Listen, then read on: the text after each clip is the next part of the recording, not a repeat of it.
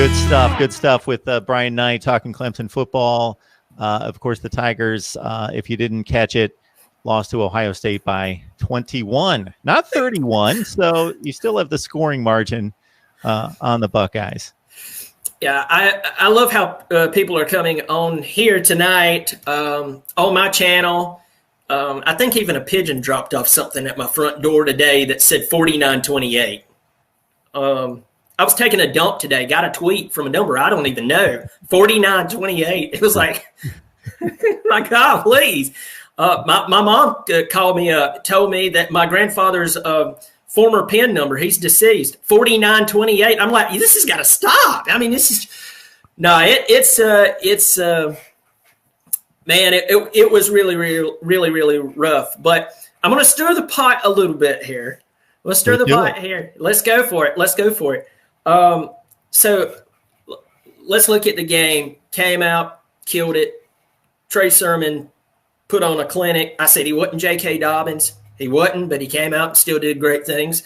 Olave, we see what he did. We see Justin Fields. Justin Fields did get hurt. I will tell you this. A lot of people are going to irritate Ohio State fans. It's Olave. Sorry. Olave. Bobby Durkins will continue to say Olave. Just to tick off everybody. But no, and Fields got hurt. And I will tell everybody, I know that Skalski got ejected last year, but I can promise you, I don't know him personally.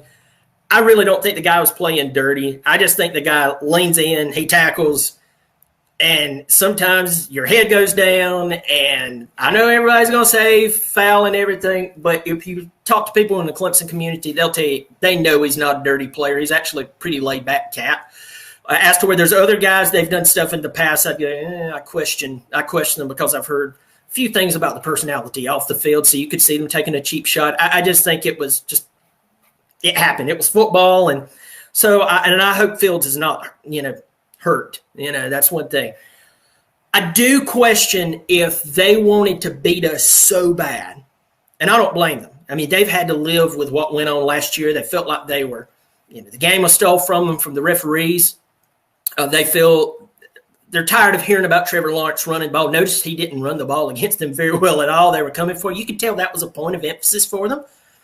But with that said, I question if they wanted that game so much that they poured all their energy, all their mind, all their everything into it. And it's like, we knocked these hillbillies back down the mountain. Tell that guy 11th ranked, you just got beat by the 11th ranked team.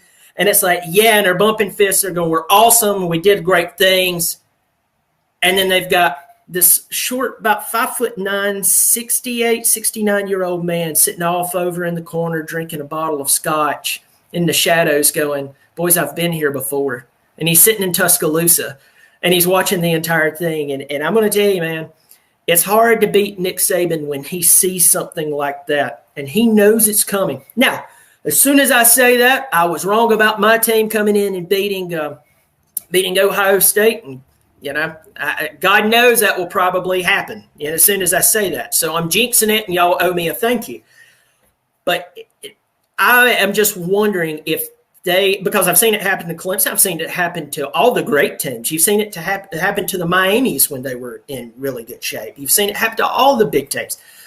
You go out and you beat that team who seems like you just can't get over the hump, and you finally pay them back, and you put all your energy, all your game planning, and focus on this one game. But there's one more game left. So I question that. That is one thing that I question.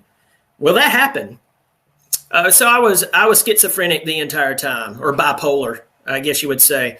There was one side of me that was look at this. Get into the fourth quarter. We see the Buckeye defense. They did a great job on containing on Trevor, kept bringing pressure here and there, dropping back at times. It was fantastic play calling by the DC of OSU. But we had two chances that we could have. We were starting to press the ball, and then everything fell apart. We could have made it 49-42 easily. And we, along with Ohio State's efforts, just It just didn't happen. I knew the writing was on the wall when we got to 35-14. At that time, I went, this is not looking good. But I'm a football realist. When you start to go 3 and out and 3 and out and 3 and out, and then you're allowing a running back to just bite off 10 yards here, 12 yards here, 6 yards here, 7 yards here, and then you're hitting. I mean, that one pass to Olave over the top, and Fields overthrew him. And I'm sitting there going, Clemson didn't stop them. An overthrown pass stopped them. And it was at that moment we just got lucky there. You don't win a game like this off of luck most of the time. And that's when I knew that we were pretty much done for. I held out hope. I watched all the way through the end. I watched out. I did put together one of my kids' late Christmas presents during it. We got him a easel. So I was like, when I knew the game was pretty much over, I just started putting it together and was like, I'd look up there and, say a few things the Lord wouldn't want me to be saying under my breath, but I said them and just went on with it. But yeah, man, I would probably say when they gave up the third straight touchdown, I went, they're done. 35-14, like you say, felt good for the Buckeyes, especially since Clemson did score that first touchdown. So you're talking about a 35-7 run. But at the same time, as soon as Skowski hit Fields, and man, was he feeling it.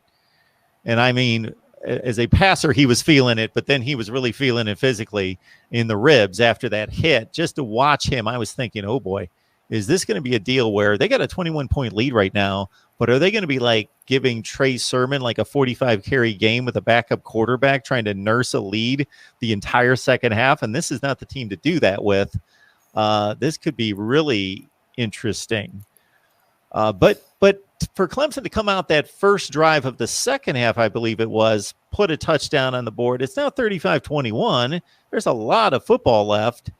And I thought, man, Ohio State's really outplayed them. But to only be up 2 touchdowns, and the way it's played now, you know this, 2-3 touchdown lead going into the fourth quarter. Yeah, that's substantial. You should win almost 100% of the time. But it's not like it was 30 years ago. Like, that game's over. Now these teams can score so fast that there's some possibility there of something happening. Well, I mean, it's according to your talent. It's according to the coaching staff. Clemson's coaching staff, Brent Venables has taken so much flack for what happened in this game, what happened in an LSU game. I expect that from people on the outside. I mean, that's part of the fun of sports. The trash talking is part of the fun of sports, as long as it doesn't go too far. As long as it doesn't get into that, that grimy, nasty, like, okay, you went too far there. But what is really annoying me, and this is along the lines of what you're talking about, is it's getting off the subject, but it's kind of on the same lines. You have the coaching staff that could bring you back in. You have the athletes that could bring you back in, because you saw that quick touchdown. And that's when I kind of scooted up on the edge of my seat and went, maybe, just maybe. It's 35-21. Clemson looked like Clemson, and we know what happened. But going back to what I was saying, and I want to say this for the Clemson fans that are watching me that has been dogging Venables. As I said, Ohio State fans talking trash about him, I mean, they're supposed to. Bama fans, supposed to. Everybody else is supposed to. Questioning some of the things that are going on in the program, yes. But Brent Venables is the reason that Clemson football has been where it's been, accomplished what it's accomplished, and people are still dying to come play for the guy. And I don't appreciate some of the personnel that's been on the field recently. I do question some of the personnel in some of the positions, and that's something that's commonly running through Clemson right now. But for my Tiger fans who are not drive-by Tiger fans, they're not bandwagon Tiger fans.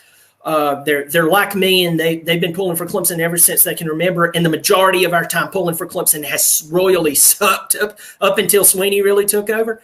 Lay off the guy.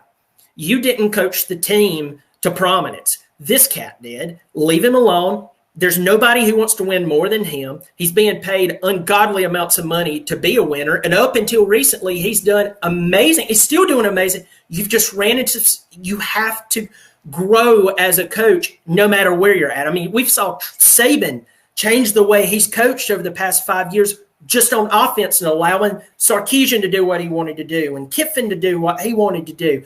So I'm really annoyed, not with the outside noise. Right now, I'm annoyed with the inside noise from some of the Clemson community who's starting to look at Venables and scratch their head and go, yes, things do need to be fixed. Yes, they do. But that is my biggest annoyance coming out of this game, is some of the Clemson fans who's questioning,